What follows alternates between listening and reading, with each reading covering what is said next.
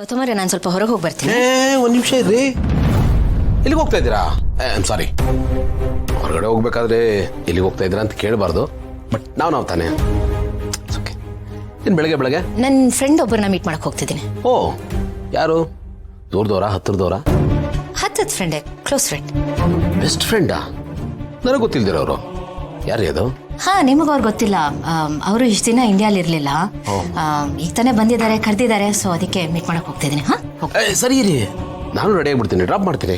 ಬೇಡ, ನಾನೇ ಹೋಗ್ತೀನಿ. ಅರೆ, ನಾನು ಆಫೀಸ್ಗೆ ಹೋಗ್ತಾ ಇದ್ದೀನಲ್ಲ, ಅಂದ್ರೆ ಡ್ರಾಪ್ ಮಾಡ್ತೀನಿ. ಬೇಡ ಗೌತಮರೇ, ನಾನು ಆಟೋಲ್ಲಿ ಹೋಗ್ತೀನಿ. ಸರಿ, ಒಂದು ಕೆಲಸ ಮಾಡಿ, ಇನ್ನೊಂದು ಕಾರ್ ತೊಗೊಂಡೋಗಿ.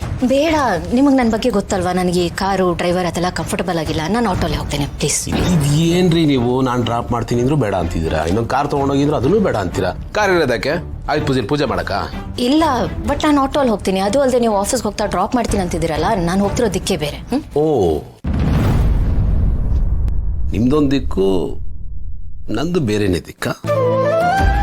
ನಮ್ಮಿಬ್ಬರದು ದಿಕ್ಕು ಒಂದೇ ಆಗಿರ್ಬೇಕಾಗಿತ್ತಲ್ಲ ಭೂಮಿಕಾ? ಹಾ, ಬಟ್ ಕೆಲವೊಮ್ಮೆ ನಮ್ಮ ಡೆಸ್ಟಿನೇಷನ್ಸ್ ಬೇರೆ ಆಗ್ಬಿಡುತ್ತಲ್ವಾ? ಅದೇ, ಒಂದೇ ಆಗಿರ್ಬೇಕಾಗಿತ್ತಲ್ವಾ? ಅಲ್ಲ, ನೀವು ನನ್ನ ರೂಟಲ್ಲಿ ನನ್ನ ಕಾರಲ್ಲಿ ಬಂದಿದ್ದಿದ್ರೆ ನಾವಿಬ್ಬರು ಮಾತಾಡ್ಕೊಂಡು ಟೈಮ್ ಪಾಸ್ ಮಾಡ್ಬೋದಾಗಿತ್ತು. ಮಿಸ್ ಆಯ್ತಲ್ಲ. ಮಿಸ್ ಮಾಡ್ಕೊಳ್ಳೋದನ್ನ ಅಭ್ಯಾಸ ಮಾಡ್ಕೊಳ್ಳಿ. ಓ, ರಿಯಲಿ?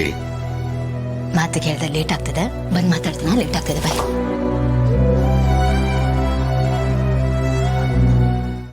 ಹೆಂಡತಿ,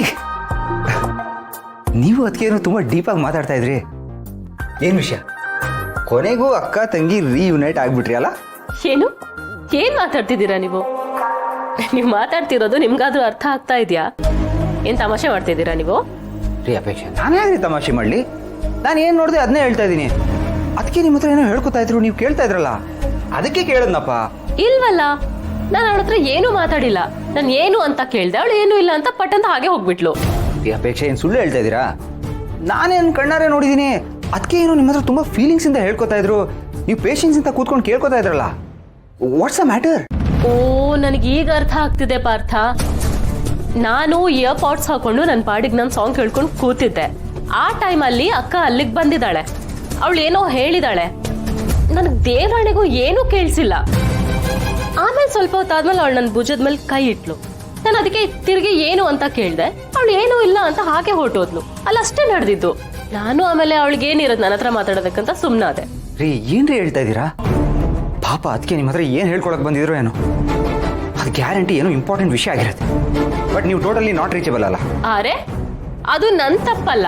ನನಗೇನು ಗೊತ್ತಿತ್ತು ಅವಳು ನನ್ನ ಹಿಂದೆ ಬಂದು ಮಾತಾಡ್ತಿದ್ದಾಳೆ ಅಂತ? ನಾನು ನಂದೇ ಲೋಕದಲ್ಲಿದ್ದೆ. ಲಾಸ್ಟಲ್ಲಿ ಅವಳು ನನ್ನ ಭುಜದ ಮೇಲೆ ಕೈ ಇಟ್ಟು ಮಾತಾಡ್ಸಕ್ ಬಂದ್ಲು. ಆ ಕೆಲಸ ನಾವು ಫಸ್ಟೇ ಮಾಡ್ಬೋದಾಗಿತ್ತಲ್ವಾ? ಬೇರೆಯವ್ರಿಗೆಲ್ಲ ಉಪದೇಶ ಕೊಡ್ತಾಳೆ. ಓ ಓ ಓ ಓ, ಇರ್ಲಿ ಬಿಡ್ರಿ, ಯಾಕೆ ಅಷ್ಟೊಂದು ಉರ್ಕೋತೀರಾ? ನಾನೇನು ಉರ್ಕೋತಾ ಇಲ್ಲ, ಇರೋ ವಿಷಯನ ಹೇಳ್ತಿದ್ದೀನಿ ಅಷ್ಟೇ. ನೋಡಿ, ಅದನ್ನು ಉರ್ಕೊಂಡು ಹೇಳ್ತಾ ಇದ್ದೀರಾ. ಈ ಉರ್ಕೊಳ್ಳೋದೇ ನಿಮ್ದೊಂಥರ ಟ್ರೇಡ್ ಮಾರ್ಕ್ ಆಗ್ಬಿಟ್ಟಿದೆ ಅಲ್ವಾ? ಪಾರ್ಥ, ಸುಮ್ಮನೆ ಇದ್ರೆ ಸರಿ. ಇವಾಗ ಸುಮ್ಮನೆ ನನಗೆ ಉರ್ಸ್ಬೇಡಿ. ಓ ಓ, ಕೂಲ್ ಡೌನ್. ಸುಮ್ಮನೆ ಹಾಗೆ ಕಾಲು ಎಳಿತಾ ಇದ್ನಪ್ಪ. ಏನು ಬೇಕಾಗಿಲ್ಲ. ಏನು ಬೇಕಾಗಿಲ್ವಾ? ಈ ಗಂಡನ ಹತ್ರ ಹೇಳೋ ಮಾತಾ ಅದು. ನೀವು ಆ ಥರ ಹೇಳ್ಬಿಟ್ರೆ ಆಮೇಲೆ ಜೀವನ ತುಂಬಾನೇ ಕಷ್ಟ ಆಗ್ಬಿಡುತ್ತೆ. ನೀವು ಕೇಳ್ತಾನೇ ಇರಬೇಕು, ನಾವು ಕೊಡ್ತಾನೇ ಇರಬೇಕು. ಈ ಗಿವ್ ಅಂಡ್ ಟೇಕ್ ಇದ್ರೇನೆ ಲೈಫ್ ಒಂಥರ ಚೆನ್ನಾಗಿರೋದು. ಓ, ಹೌದಾ? ಹೇಳಿದ್ನಲ್ಲ ಏನು ಬೇಕಾಗಿಲ್ಲ ಅಂತ. ತಾವು ಸ್ವಲ್ಪ ತೆಪ್ಪಗಿರಿ. I hate you. But I love you. ಇದನ್ನೇ ಹೇಳಿದ್ದು ಏನು ಬೇಕಾಗಿಲ್ಲ ಅಂತ. ಓ, ಕೋಪ ಮಾಡ್ಕೊಂಡ್ರೆ ಕ್ಯೂಟಾಗಿ ಕಾಣಿಸ್ತಾರೆ, ಬಟ್ ಓವರ್ ಕೋಪ ಮಾಡ್ಕೊಂಡ್ರೆ ಭಯಂಕರವಾಗಿ ಕಾಣಿಸ್ತಾರೆ. ಎರಡನ್ನು ನೀಟಾಗಿ ಬ್ಯಾಲೆನ್ಸ್ ಮಾಡ್ಕೋಬೇಕು. After all life is a balancing act. ಈ ಹೆಂಡತಿ,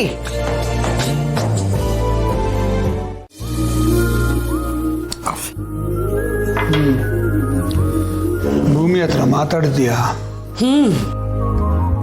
ಏನಂದ್ಲು? ನಮ್ಮ ಮಗಳ ಥಿಂಕಿಂಗೇ ಬೇರೆ ರೀ. ನಮ್ಮ ಭೂಮಿ ಹೆಸರಿಗೆ ತಕ್ಕಂಗೆ ಭೂಮಿನೇ. ನಾವು ಅವಳಿಗೆ ಮಗಳಾಗಿ ಹುಟ್ಟಬೇಕಿತ್ತು, ಅವಳು ನಮಗೆ ಮಗಳಾಗಿ ಹುಟ್ಟುಬಿಟ್ಟಿದ್ದಾಳೆ. ಅಷ್ಟು ದೊಡ್ಡ ಮನ್ಸು ಅವಳದು, ಅಂಥ ಮೆಚುರಿಟಿ ಅವಳು. ಮಕ್ಕಳ ವಿಚಾರ ಬಂದಾಗ ನನಗೆ ಮಕ್ಕಳಾಗದೇ ಇದ್ರೇನಮ್ಮ, ಅಪ್ಪಿ, ಜೀವ, ಮಹಿಮಾ, ಪಾರ್ಥ, ಸುಧಾ ಇವರೆಲ್ಲ ನನ್ನ ಮಕ್ಕಳಲ್ವಾ ಅಂತ ಕೇಳ್ತಾಳೆ. ನನಗಂತೂ ಅವಳ ಮಾತು ಕೇಳಿ ದಂಗಾಗೋಯ್ತು. ಮನ್ಸಲ್ಲೇ ನಮಸ್ಕಾರ ಮಾಡ್ಕೊಂಬಿಟ್ಟೆ. ಅವಳು ನಮ್ಮ ಮಗಳಾಗಿ ಹುಟ್ಟಿರೋದು ನನಗೆ ತುಂಬ ಹೆಮ್ಮೆ ರೀ. ನಿಜ ಮಂದಾಕಿನಿ, ತಾಯಿ ಹೃದಯ ಅವಳದು. ಬದುಕನ್ನ ಬಹಳ ವಿಶಾಲವಾಗಿ ನೋಡ್ತಾಳೆ ಅವಳು. ಇಷ್ಟಕ್ಕೆ ಸೀಮಿತ ಅಂತ ಯಾವತ್ತೂ ಅಂದ್ಕೊಳ್ಳೋದೇ ಇಲ್ಲ. ಅವಳಿಗೆ ಬೇಜಾರಾಗಿರುತ್ತೆ, ಇಲ್ಲ ಅಂತಲ್ಲ.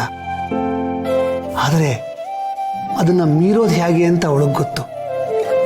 ತನಗೆ ಏನೇ ಕೆಟ್ಟದ್ದಾದರೂ ಅದರಲ್ಲಿ ಏನಾದರೂ ಒಳ್ಳೇದಿರುತ್ತಾ ಅಂತ ಹುಡುಕ್ತಾಳೆ. ಹೌದು, ನಿನಗೆ ಹೇಳಿದ್ಲಲ್ಲ, ಎಲ್ಲರೂ ನನ್ನ ಮಕ್ಕಳೇ ಅಲ್ವಾ ಅಂತ. ಹಾಗೆ ನನ್ನ ಮಗಳು ಅಂತ ಹೇಳ್ಕೊಳೋದಕ್ಕಲ್ಲ ಮಂದಾಕಿನಿ, ಅದ್ಭುತವಾದ ವ್ಯಕ್ತಿತ್ವ ಅವಳದು. ಅವಳು ಹೀಗೆಲ್ಲ ಆಗಿದೆಯಲ್ಲ ಅನ್ನೋದೇ ಬಹಳ ಬೇಜಾರು. ಅವಳೆಷ್ಟು ಒಳ್ಳೆಯವಳು ಅಂತ ಪರೀಕ್ಷೆ ಮಾಡೋಕ್ಕೆ ಅಂತ ದೇವರು ಹೀಗೆಲ್ಲ ಮಾಡ್ತಾ ಇದ್ದಾನೆ ಅನಿಸುತ್ತೆ. ನನ್ನ ಮಗಳಿಗೆ ಮಕ್ಕಳಾಗೋದಿಲ್ಲ ಅನ್ನೋದಕ್ಕಿಂತ ಭಾಗ್ಯಕ್ಕನ್ನು ವಂಶ ಬೆಳೆಯಲ್ವಲ್ಲ ಅನ್ನೋದೇ ಚಿಂತೆ ನನಗೆ. ಭಾಗ್ಯಕ್ಕಂದು ದಾನ ಧರ್ಮ ಮಾಡೋ ಕೈ, ಅವಳ ಕೈಯಿಂದ ಯಾರು ಏನೇ ಕೊಟ್ಟರು ಅದು ದುಪ್ಪಟ್ಟಾಗತ್ತೆ, ಎಲ್ಲ ಒಳ್ಳೇದಾಗತ್ತೆ. ದೇವರು ಅವಳು ಕೊಟ್ಟಿರೋ ವರ ಅದು ಅಂದ್ರೂ ತಪ್ಪಲ್ಲ. ನನಗೊಂದು ಯೋಚನೆ ಬರ್ತಿದೆ ಮಂದಾಕಿನಿ. ಏನ್ರಿ ಅದು? ಭಾಗ್ಯಕ್ಕನ ಕೈಲಿ ಪೂಜೆ ಮಾಡಿಸಿ ಒಂದು ಹಣ್ಣನ್ನ ಭೂಮಿಗೆ ಅವ್ರ ಕೈಯಿಂದಾನೇ ಪ್ರಸಾದ ತರ ಕೊಡಿಸ್ಬೇಕು. ಅದು ಖಂಡಿತವಾಗ್ಲೂ ಕೆಲಸ ಮಾಡುತ್ತೆ. ನನ್ನ ನಂಬಿಕೆ ಅದು. ನಮ್ಮ ಭಾಗ್ಯಕ್ಕನ ಕೈಗುಣ ಅದು.